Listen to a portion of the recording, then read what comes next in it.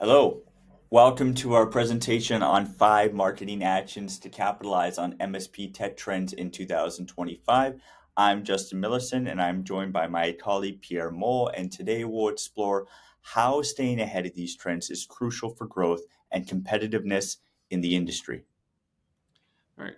Thanks, Justin, and hi, everyone. I'm excited to start our MSP marketing series with this presentation. I think it's going to be a pretty insightful one, and we'll try to get quite practical. But first things first, we want to start with sort of what's the context in the MSP industry, and nothing new.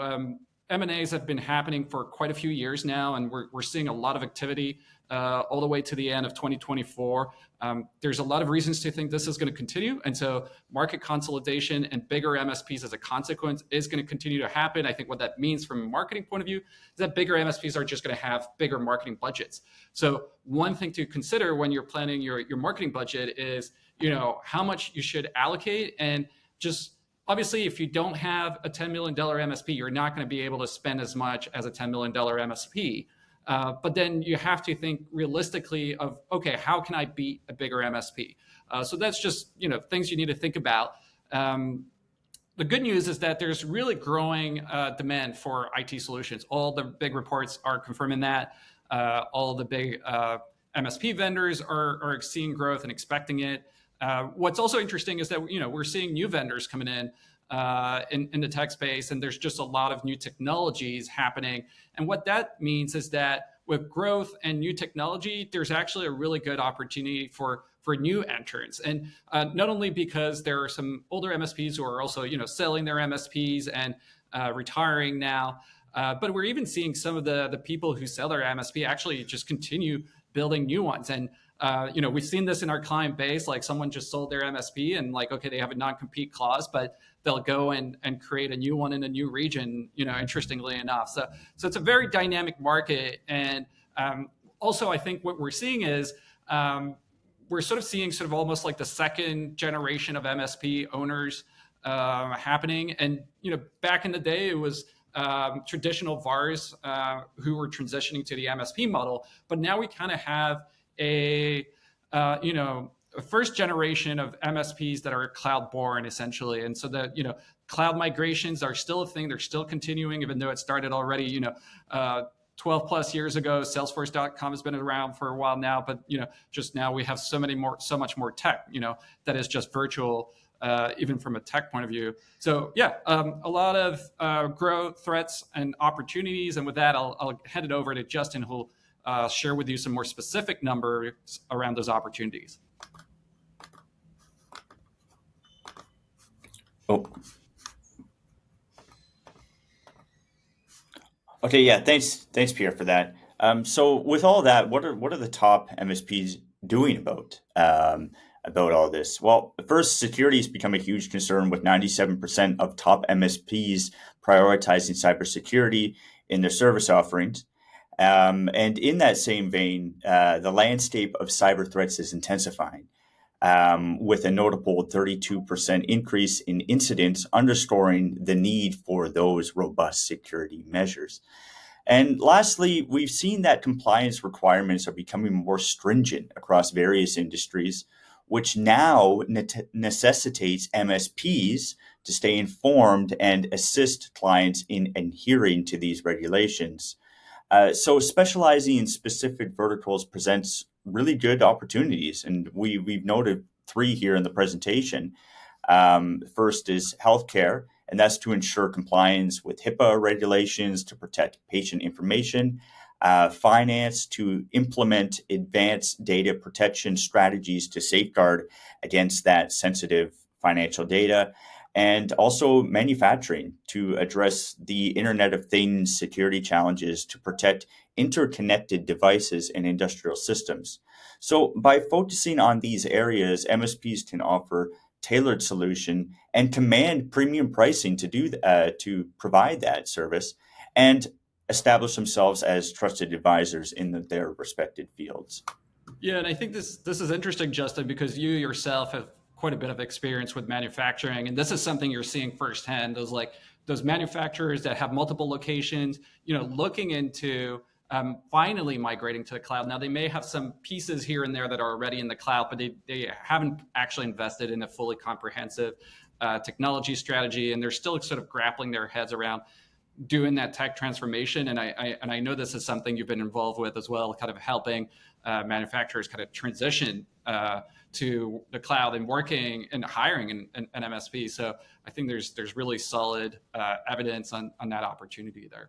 Yeah, for sure, Pierre. And I think that any industry that is trying to transition away from legacy process or legacy systems, that presents a really good opportunity for MSPs to provide really good, reliable services because there is a need for that. There is companies searching for that, and manufacturing is a good industry for those opportunities. Okay. So how are the top MSPs tackling these challenges and opportunities?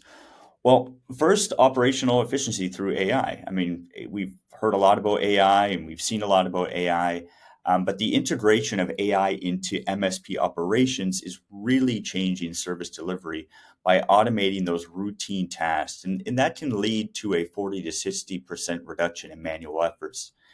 And in addition to this, these AI-driven solutions also enable faster issue resolution, with some MSPs experiencing resolution times up to 3 times quicker than traditional methods. And these efficiencies also contribute to improved profit margins, with some reports indicating enhancements up to 25%, as indicated on the slide here. So what does AI implementation mean for an MSP? Well, if it isn't obvious, it can mean automated ticket management, which can mean streamlining support processes to handle client issues more efficiently. Predictive maintenance, so utilizing AI to anticipate and address potential system failures before they occur, and that can minimize downtime. And lastly, resource optimization, and that can be to enhance the allocation and utilization of resources to improve service delivery and reduce costs. So, really embracing AI technologies and bringing it into good process in your business allows you to operate more efficiently, provide superior service, and then achieve better financial performance. All right, and then next big trend we want to sort of focus on for this in this presentation is talent development. Now, this is not anything that's particularly new. Again, in the MSP world, ongoing education training is something MSPs and IT professionals always have to do and tackle. But again, when you're thinking about emerging technologies, disruptive technologies such as AI, the growing number of security threats, you really have to keep up. And that's what we're hearing from MSPs, that actually being able to keep up with all those changes is actually very overwhelming and the cause of a lot of stress. You know, you're always wondering what's going to be the next cybersecurity threat you're going to have to deal with, long hours, and kind of being very proactive and reactive when things do happen.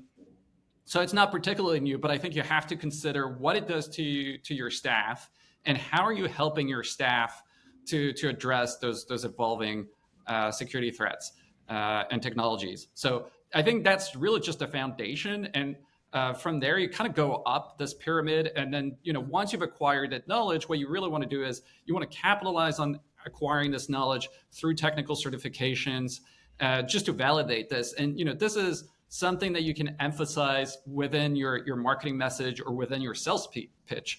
So this is, I think, how you kind of take something that's sort of technical or business as usual to a certain extent and kind of make it into an asset from a marketing or sales point of view. Now, tech certifications, I think, again, like a lot of MSPs have it. So the next layer of the pyramid, and where I think you have fewer to do it well, is, okay, you've acquired this knowledge, you've got the certifications, but are you able to translate those technical certifications into business solutions for your clients? Are you able to then kind of speak into business and layman's terms that your clients and audience will understand?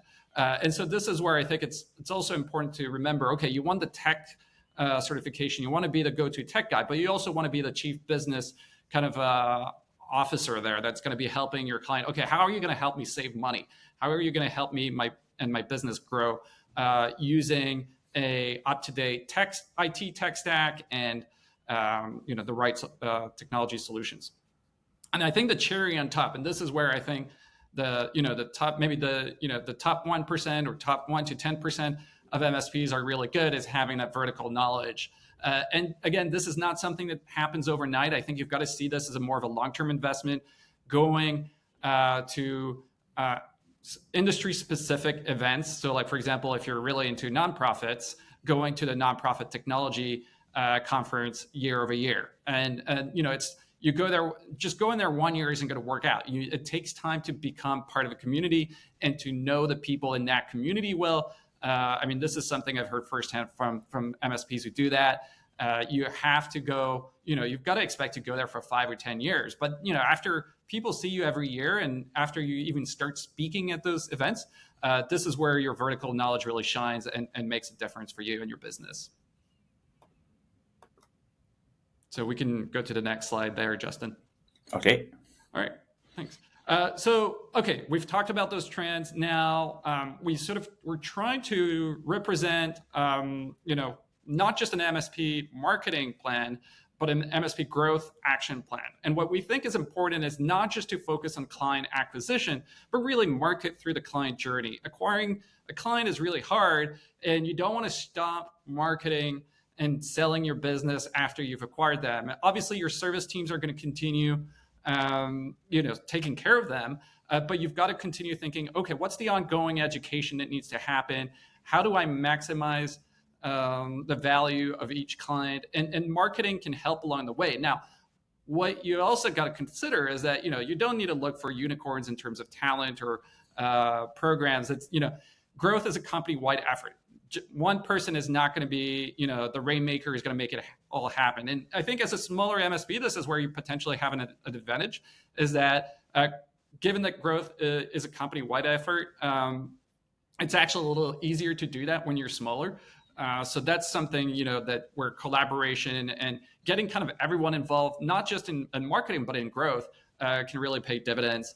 And so, the last thing is sort of goes along with, that idea of continuing to market beyond acquiring a client is you don't want to fall behind. You don't want to stop marketing. If you've acquired, 4 or 6, 8 new clients and you're feeling, okay, I've reached my revenue goal target, everything's going well, I'm going to pause marketing. Marketing isn't something that you can just stop. It's just like going to the gym. If you stop going to the gym, your muscle, is not going to stay strong and fit. You have to continue practicing it. So just the same thing. You've got to keep creating value for your audience. And again, I'll say it again, throughout the customer journey.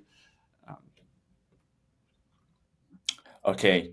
Yeah. And with that, marketing, where can you start? Where is an easy win that you can achieve in flexing that marketing muscle? Well, we see that revising your services page is a great way to start.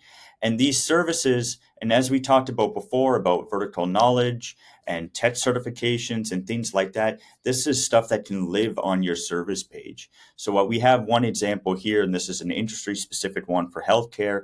And this service page is great for being front and center about, okay, cybersecurity for healthcare above the fold.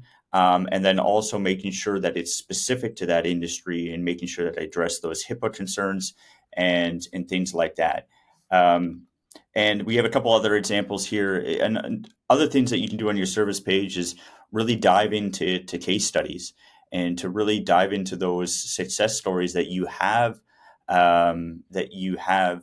achieved for other clients, and show visitors to your website that, hey, we do have experience in this specific industry, and this is how we achieved good results across our client base.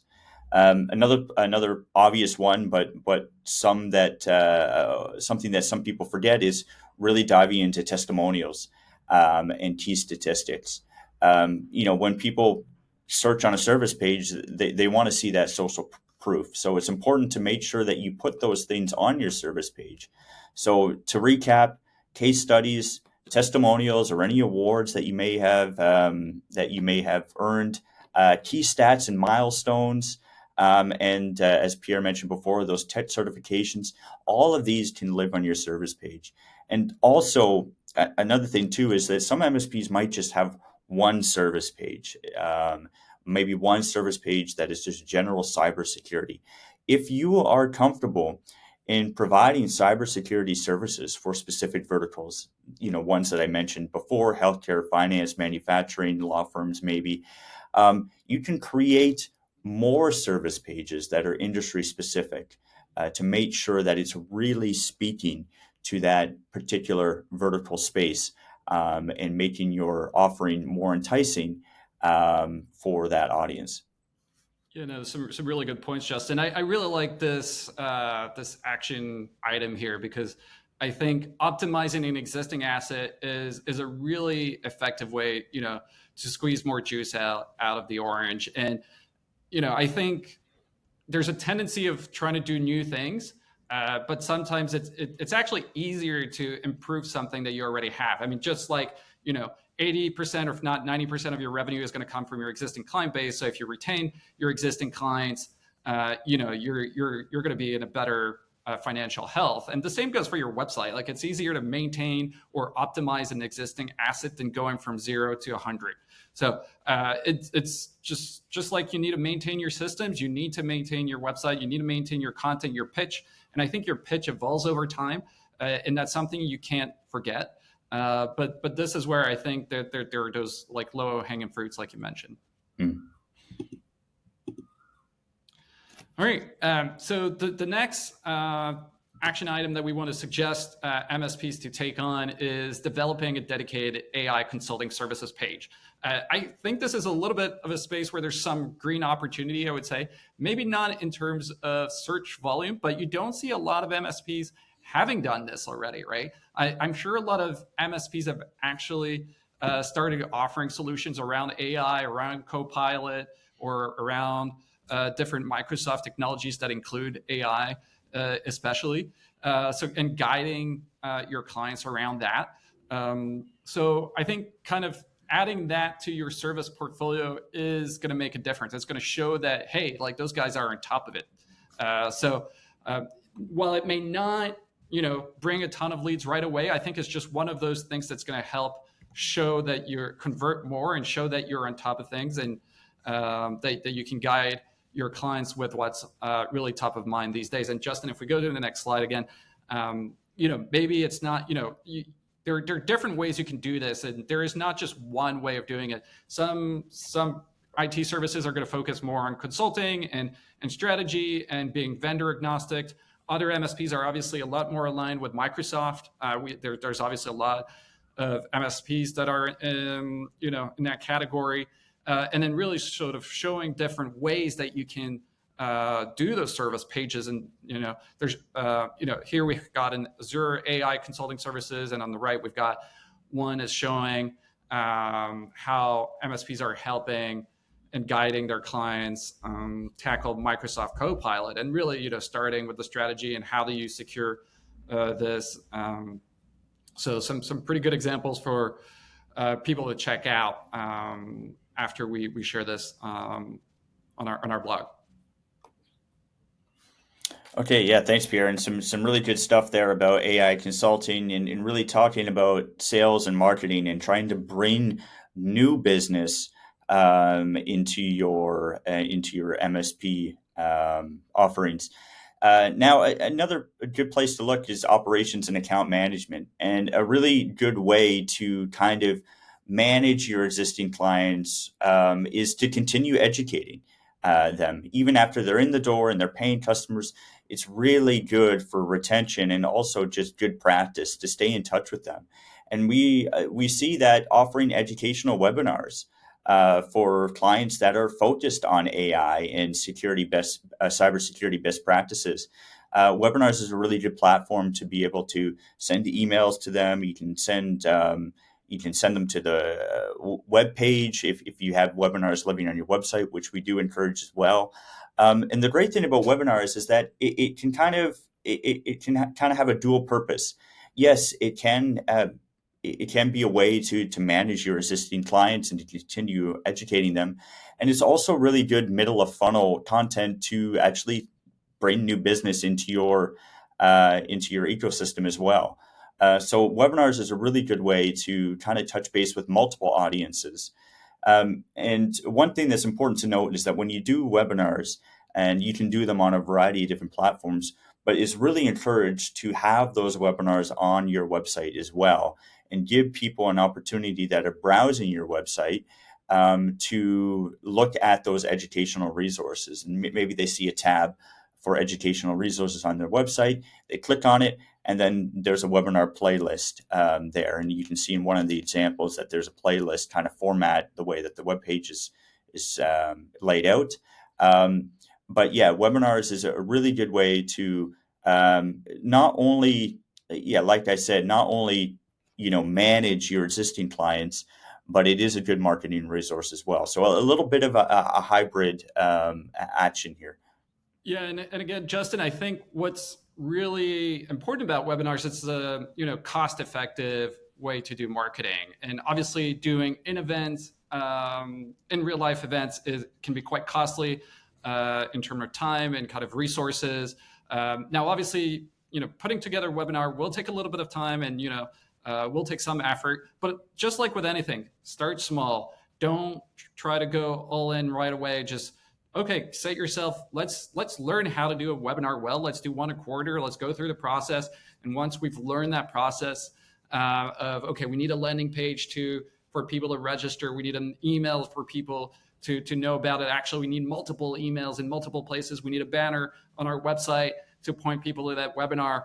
And then kind of, once you've done all of that, then, and you know how to do it, then start, okay, maybe we can go from one a month to one a quarter to two a quarter, or okay, now we can have some external guests in addition to our own kind of webinars that we lead ourselves. So you can get creative with those things. And I think what's really exciting with a webinar is that once you've recorded it, then you can post it on your blog post, you can post it on YouTube, and that's where you become, multi-channel marketer. That's where you get, again, you squeeze as much juice out of the orange.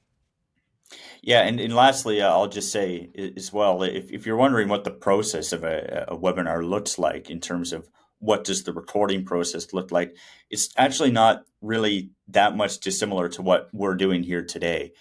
So there's lots of different tools and platforms that you can use.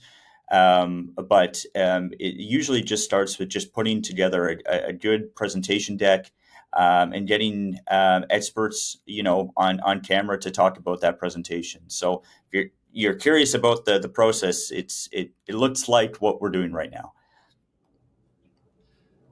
All right, and another kind of marketing activity that you can do is simply, it's again nothing new there, but you've got to write down your expertise. You've got to show it.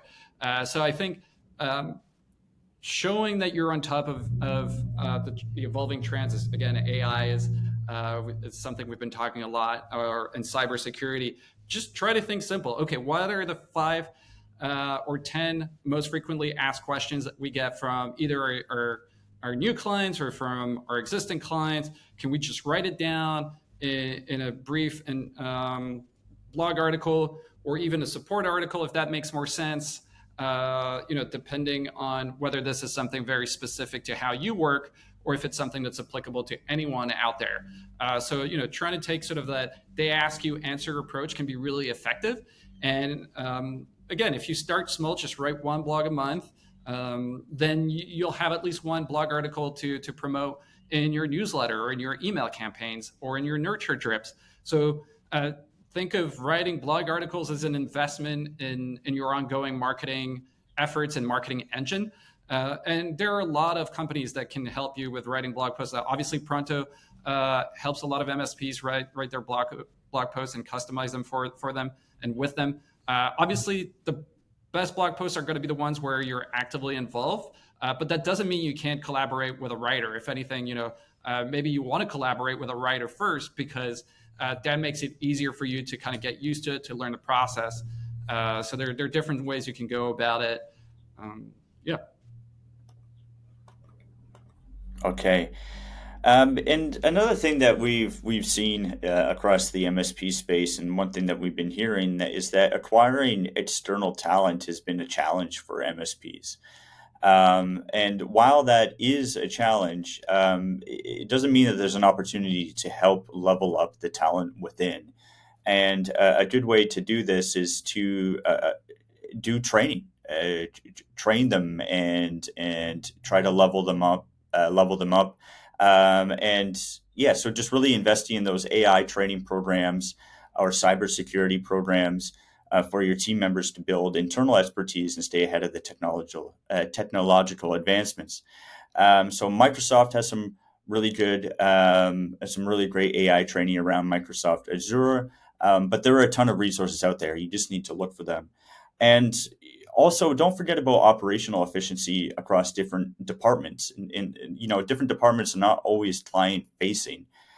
So I've also got a screenshot for Udemy, and that could be a great resource for your teams and departments to get spruced up on AI training and just those general best practices to make sure that they're using AI responsibly in a way that's reliable for your internal systems and department communications as well. And obviously, investing in talent development then becomes a recruiting advantage as well. I mean, every MSP, every company out there, quite frankly, is having challenges hiring new employees, and having a talent development strategy and program in place is gonna be one of those things that help you hire new talent. All right. And I mean, this is a wrap for our practical MSP growth action plan. So again, here you can see from the very beginning of the customer journey, from marketing and sales all the way to, developing your staff. Those are the 5 kind of key activities that we, recommend you consider.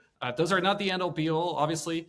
We want to try to keep things simple and actionable. Obviously, there's a lot more that goes into creating a holistic marketing strategy, from your brand all the way to SEO to execution.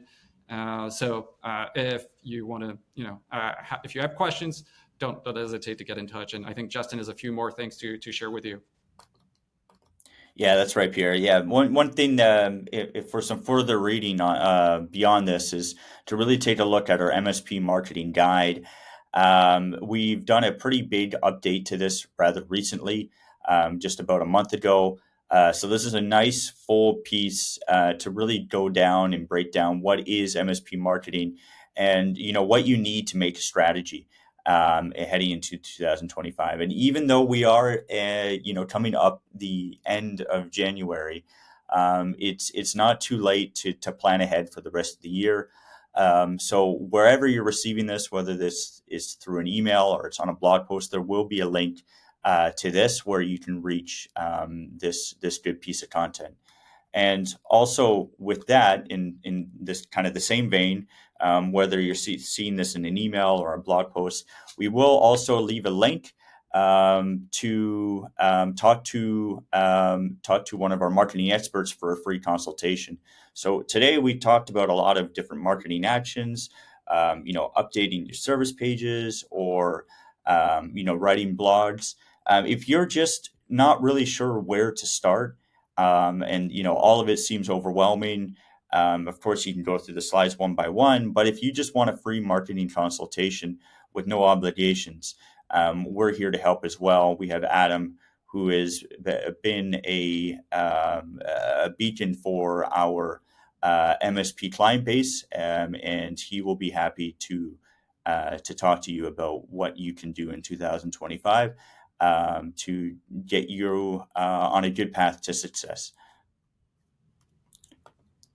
Okay, well, that about does it for today. Thank you very much for tuning in. And like I said, I've got links for you to reach. And if you need anything else, we're here to help. Once again, I'm Justin Millerson. I'm with on behalf of Pierre. Thank you very much for watching.